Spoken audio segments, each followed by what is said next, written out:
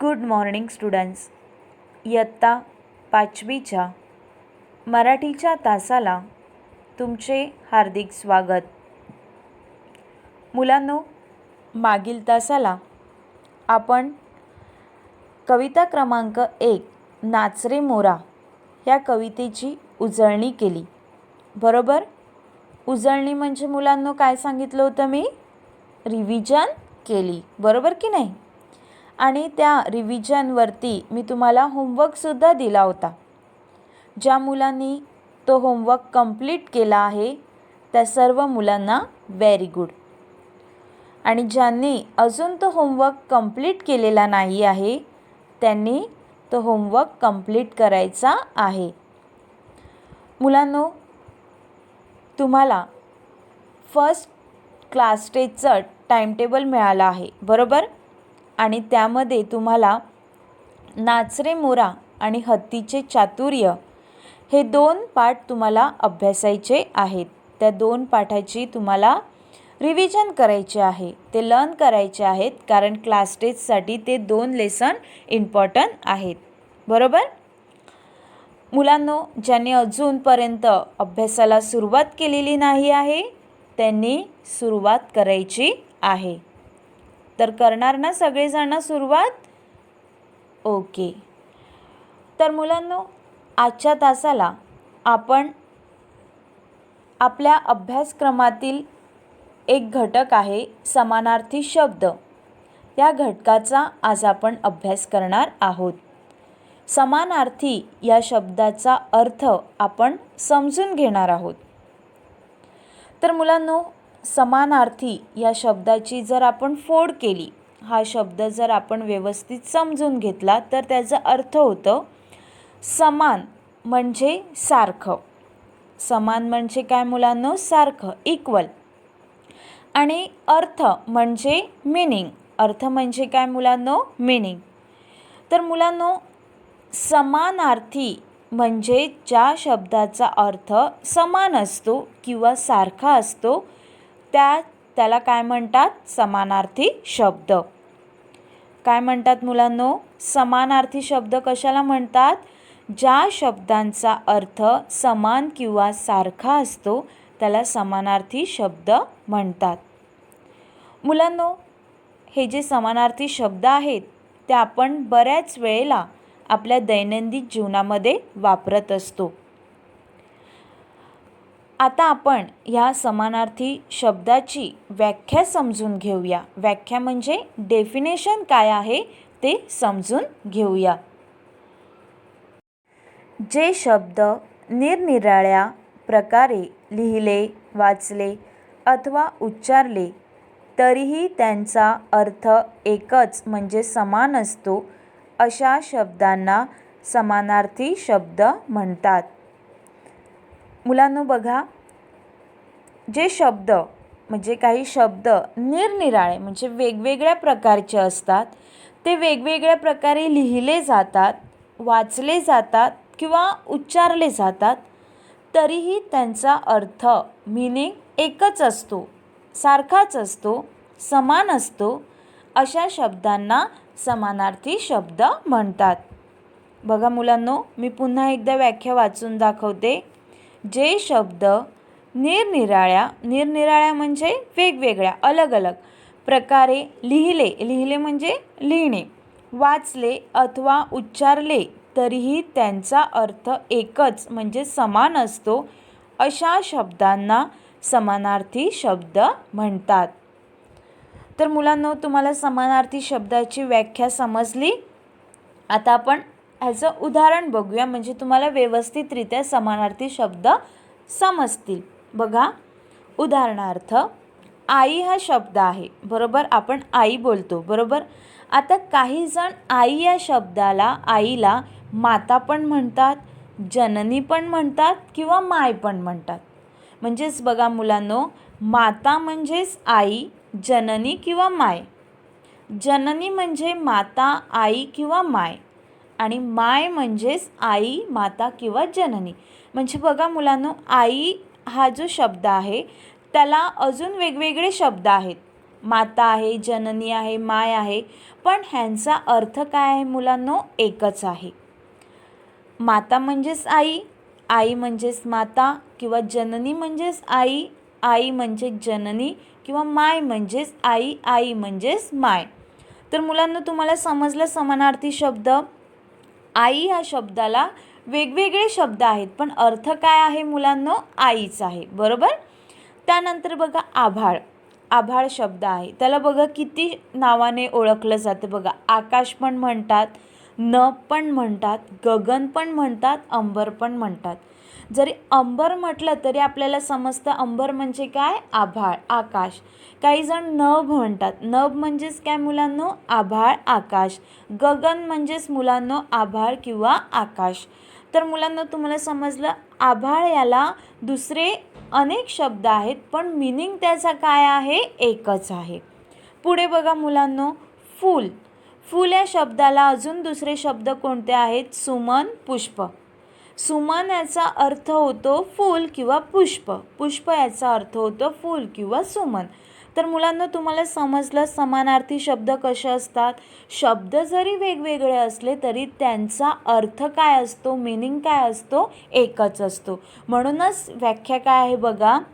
जे शब्द निरनिराळ्या प्रकारे लिहिले, वाचले अथवा उच्चारले तरीही त्यांचा अर्थ एकच म्हणजे समान असतो, अशा शब्दांना समानार्थी शब्द म्हणतात. बघा मुलांनो, माझ्यासोबत तुम्ही ही व्याख्या म्हणायची आहे. जे शब्द निरनिराळ्या प्रकारे लिहिले, वाचले अथवा उच्चारले तरीही त्यांचा अर्थ एकच किंवा सारखा असतो, अशा शब्दांना समानार्थी शब्द म्हणतात. तर मुलांनो, तुम्हाला समानार्थी शब्द ह्याची व्याख्या, डेफिनेशन समजली, उदाहरण पण समजलं. ओके, अजून आपण बघूया असे दुसरे आपल्या पाठ्यपुस्तकामध्ये काही समानार्थी शब्द आहेत, ते आपण आता बघूया, समजून घेऊया, म्हणजे तुम्हाला अजून व्यवस्थितरित्या ते समानार्थी शब्द कसे असतात ते समजतील. बघा, पहिला आहे मोर. मोर म्हणजे मुलांनो मयूर. मोरालाच दुसरा शब्द कोणता आहे? मयूर. त्यानंतर आहे ढग. ढग याला दुसरा शब्द कोणता आहे? मेघ. मेघ म्हणजेच ढग, ढग म्हणजेच मेघ. दोन्ही शब्द वेगवेगळे आहेत, पण अर्थ काय आहे मुलांनो? एकच आहे. पुढे वीज. वीज म्हणजे मुलांनो विद्युत. त्यानंतर झाड. झाड याला बघा किती शब्द आहेत? दोन आहेत. वृक्ष किंवा तरू. किती शब्द आहेत? दोन आहेत. वृक्ष किंवा तरू. पुढे पाऊस. पाऊस याला सुद्धा दोन शब्द आहेत. काय कोणकोणते शब्द आहेत बघा? वर्षा किंवा पर्जन्य. दोघांचा अर्थ एकच आहे. काय आहे? पाऊस. त्यानंतर पान. पान म्हणजे मुलांनो पुस्तकाचं पेज वगैरे म्हणतात ते पान नाही, झाडाचं पान, त्याला दुसरा शब्द आहे पर्ण. त्यानंतर रेघ. रेघ ह्याला दुसरा शब्द आहे रेषा. त्यानंतर आभाळ. आत्ताच आपण बघितलं, आकाश, नभ, गगन, अंबर ह्यालाच आभाळ म्हणतात. त्यानंतर आहे वारा. वारा याला दुसरा शब्द बघा वायू, पवन, वात. तीन शब्द आहेत. त्यानंतर आहे वन. वन याला दुसरे शब्द कोणते आहेत? जंगल, रान. त्यानंतर दूर. दूर याला दुसरा शब्द आहे लांब. लांब म्हणजेच दूर, दूर म्हणजेच लांब. त्यानंतर मोहक. मोहक या शब्दाचा अर्थ आहे सुंदर. काही वेळेला आपण मोहक म्हणतो, काही वेळेला आपण सुंदर म्हणतो, त्यालाच मोहक म्हणजे सुंदर, सुंदर म्हणजे मोहक. त्यानंतर दाट. दाट म्हणजेच घट्ट. दाट म्हणजे काय मुलांनो? दुसरा शब्द आहे घट्ट. नदी. नदीला दुसरा शब्द कोणता आहे मुलांनो? सरिता. त्यानंतर वाट. वाट याला दुसरा शब्द आहे रस्ता, सडक किंवा पथ. रस्ता, सडक किंवा पथ. तर मुलांनो हे समजले शब्द. पुढे बघूया आपण. शेत. शेत याला दुसरा शब्द आहे शिवार. पुढे आहे डोळा. डोळा याला दुसरा शब्द आहे नयन किंवा नेत्र. बघा, डोळा म्हणजे नयन असं पण आपण म्हणतो, काही वेळेला नयन पण म्हणतो, नेत्र पण म्हणतो, पण त्यांचा अर्थ काय आहे? डोळा. म्हणजे शब्द जरी वेगवेगळे असले तरी अर्थ काय आहे मुलांनो? एकच आहे. त्यानंतर नाव. नाव म्हणजे नौका, आपण होडी म्हणतो की नाही, म्हणजे इथे नाव म्हणजे नेम नाही, आपलं स्वतःचं नाव नाही, तर इथे पाण्यात फिरणारी कोण असते? होडी, बरोबर, तिलाच दुसरं नाव आहे नौका. त्यानंतर गाव. गाव याला दुसरा शब्द आहे खेडे किंवा ग्राम. खेडे किंवा काय मुलांनो? ग्राम. पुढे बघा, तलाव. तलाव यालाच दुसरा अर्थ आहे जलाशय. दुसरा शब्द कोणता आहे? जलाशय किंवा तळे सुद्धा म्हटले जाते. त्यानंतर भूमी. भूमी ह्याला दुसरा शब्द आहे जमीन पण म्हणतो, धरणी पण म्हणतो, जननी सुद्धा म्हटलं जातं. म्हणजे शब्द वेगवेगळे आहेत पण अर्थ काय आहे? एकच आहे. त्यानंतर बघा मुलांनो, विचित्र. विचित्र म्हणजे अजब. विचित्र म्हणजे काय मुलांनो? अजब. अजब म्हणजे विचित्र. त्यानंतर सुरुवात. सुरुवात याचा समानार्थी शब्द आहे प्रारंभ. प्रारंभ म्हणजे सुरुवात, सुरुवात म्हणजेच प्रारंभ. पुढे आई. आई म्हणजेच माता, जननी, माय. त्यानंतर बाबा. बाबा ह्यांना दुसरा शब्द कोणता वापरतात? पिता. पिता म्हणजेच बाबा, बाबा म्हणजे पिता. त्यानंतर मित्र. मित्र ह्याला अजून शब्द आहे दोस्त, बरोबर. सवंगडी सुद्धा म्हटलं जातं. सवंगडी, दोस्त, मित्र हे तिन्ही अर्थ एकच आहे. त्यानंतर पाणी. पाणी ह्याला दुसरा शब्द आहे जल किंवा नीर सुद्धा म्हटलं जातं. नीर म्हणजेच पाणी, जल म्हणजे सुद्धा पाणी. शब्द वेगवेगळे आहेत मुलांनो पण अर्थ एकच आहे. त्यानंतर नियमित. नियमित म्हणजे दररोज. दररोज म्हणजे नियमित. जसं हररोज म्हणतात की नाही आपण, त्यालाच मराठीमध्ये दररोज.